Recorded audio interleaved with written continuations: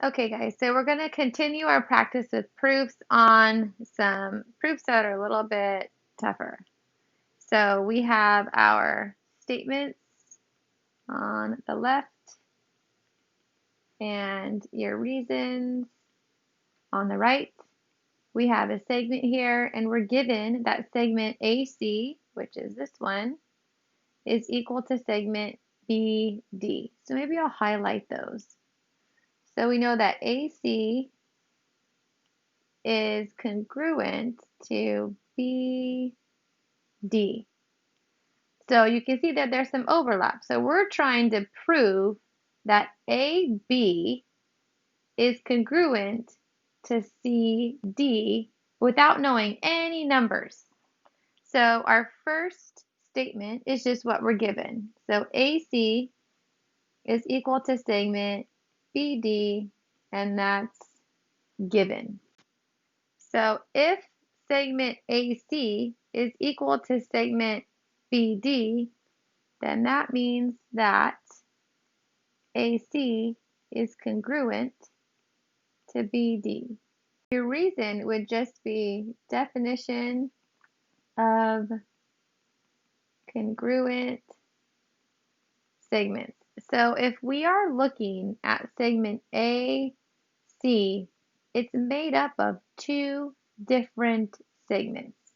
So I can use the segment addition postulate to make up this entire segment AC. So I can write a segment addition statement. So I can say that AB plus BC equals AC, and my reason would be segment addition postulate. We can do the same thing for segment BD because BD is the blue one, and that's also made up of two segments. So what would your segment addition statement look like if I'm trying to write one for segment BD? So I can say that BC plus CD equals BD, which is my larger segment.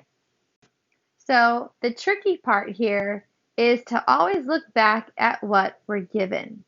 So we are given that AC is equal to BD. So if you look here, I have AC and BD. So remember that property I always told you to look for? Which one is that? It's the transitive property of equality. So I know that AC and BD are equal because that's what they gave me originally. So if these two segments are equal to AC and these two segments are equal to BD and these two are equal, then this one can be equal to that one.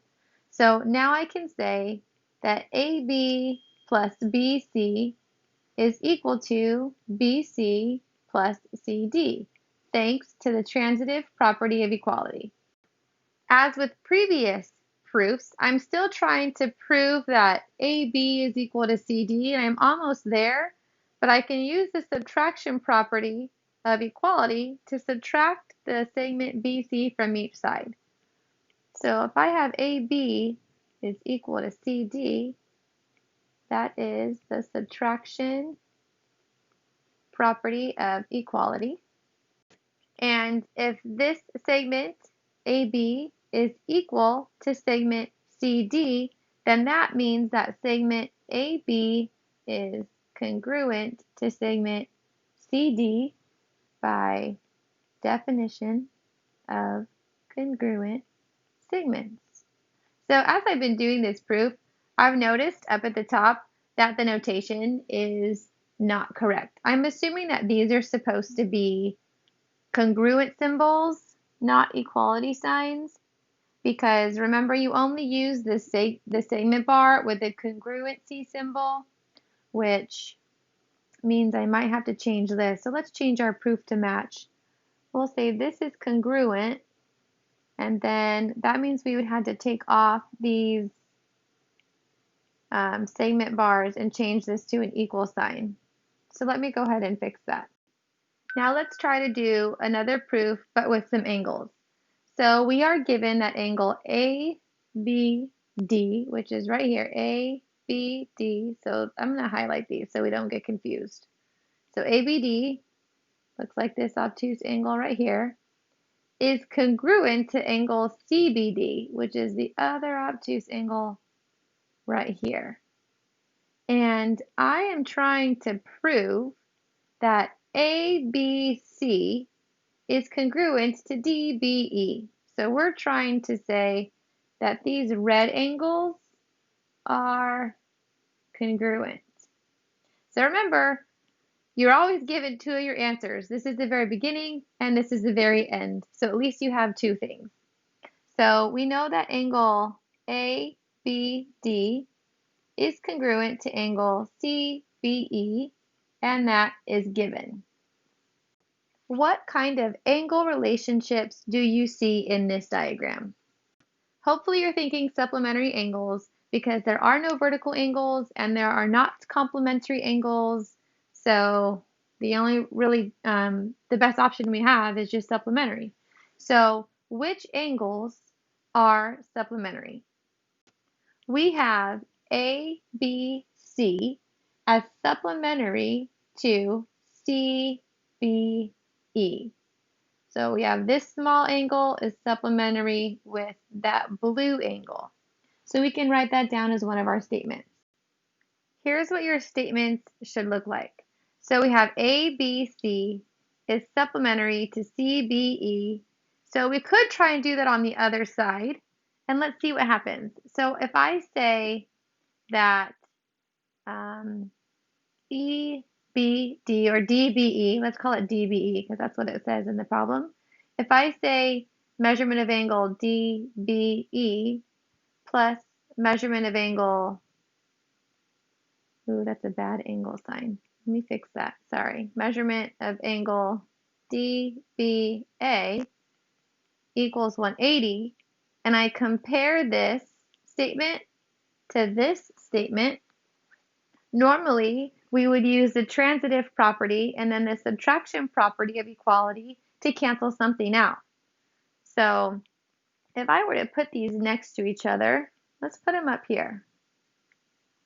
Okay, if ABC equals CBE, or if I add these together, it equals 180. And if I add these two together and it equals 180, then that means that this one is equal to this one. But notice that there's no common angles. I have ABC, CBE, DBE, DBA. So I can't subtract anything from either side, and it's not going to get me any closer to ABC being congruent to DBE. So we have to think of something else. What else do we know about these angles? You're going to have to really look for this one, but I know that CBE is congruent to ABD. So instead of writing CBE, I can use substitution, and instead of writing CBE, I can write ABD.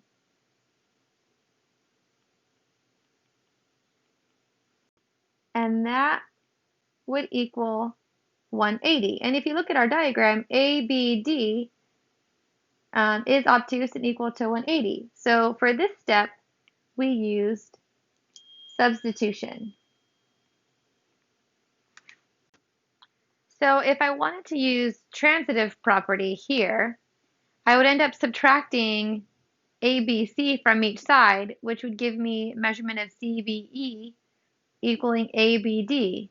But that's not what I'm trying to prove. So I need my ABC to stay in here. So now we can bring in the measurement of the other angle that we know. We have measurement of DBE plus DBA, or I probably should rewrite that as ABD, as equal to 180. So I can write that for my next statement. So now notice that I have an ABD in both of my statements here. I'm trying to prove DBE is congruent to ABC, and now both of those angles are in these statements. So now I can use the transitive property to set those equal to each other. Because if these two angles equal 180 and these two angles equal 180, then they're equal to each other. So I have measurement of angle ABC plus measurement of angle ABD is equal to measurement of angle DBE plus measurement of angle ABD. So now both of these have an ABD that I can subtract from both sides, and that will leave me with measurement of angle ABC is equal to measurement of angle DBE, which matches what I was trying to prove. I'm almost there. So that was subtraction property of equality. And if their measurements are equal, then their angles are congruent. So my reason would be congruent supplements theorem. You can also say definition of congruent angles. Whew, that one was difficult. So you might want to just go over this section again to understand why we used substitution and then why we used these two statements for transitive property instead of the first one. So you may want to rewatch that to just better develop your understanding about this proof. These next beginning proofs are very similar to what you might see on a test or a quiz. So given that angle 6 and angle 8 are vertical angles, we're going to prove that they are congruent, but without using the vertical angles theorem. So again, we have our statements on the left and our reasons on the right. Remember, you always start with your given information. Angle 6 and angle 8 are vertical, and that's given. So if you look at the proof we did previously, we used some relationships of supplementary angles to help get to the congruency of angles 6 and 8. So you just need to make sure that you're choosing the correct supplementary angles that will lead you to your proof at the end. So I can say that measurement of angle 6 plus measurement of angle 7 is equal to 180. That would be definition of supplementary angles.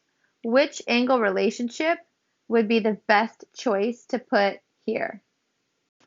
So the best choice would be measurement of angle 7 plus measurement of angle 8 is equal to 180 because I'm trying to prove that 6 is equal to 8. So I have my 6 here, and I somehow need to get rid of the 7s so I can get the 8 by itself.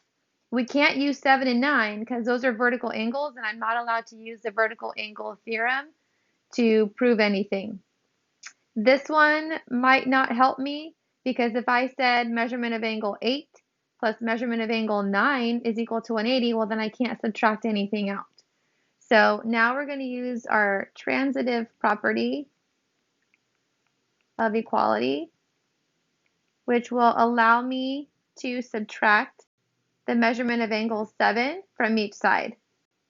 So once you subtract the measurement of angle 7, you get measurement of angle 6 is equal to measurement of angle 8. That would have been subtraction PO. And because measurement of angle 6 is equal to measurement of angle 8, that means that angle 6 is congruent to angle 8, and that would just be definition of congruent angles. And so now I have my last step, as my last statement. This next one is what I like to call the obvious proof because it's the right angle proof. So we have angle ABC is the right angle DEF is the right angle. So this time it doesn't give you the boxes. So you don't know for sure if they're right angles unless the problem gives that information to you. So remember, the given information goes first. The prove information is going to go at the very end. So your first statement is going to be angle ABC is a right angle. In your second statement, you can write it on 2 lines. Angle DEF is a right angle. And your reason would be given for both. So there's not a lot of things that we know about these 2 angles except for that they're right angles. So if they're right angles, that means that they are 90 degrees. So I can say that measurement of angle ABC is equal to 90 degrees. What would your reason be for that? It would just be definition of a right angle. So if ABC is equal to 90 degrees, that means the measurement of angle DEF is equal to 90 degrees. Your reason would be the same.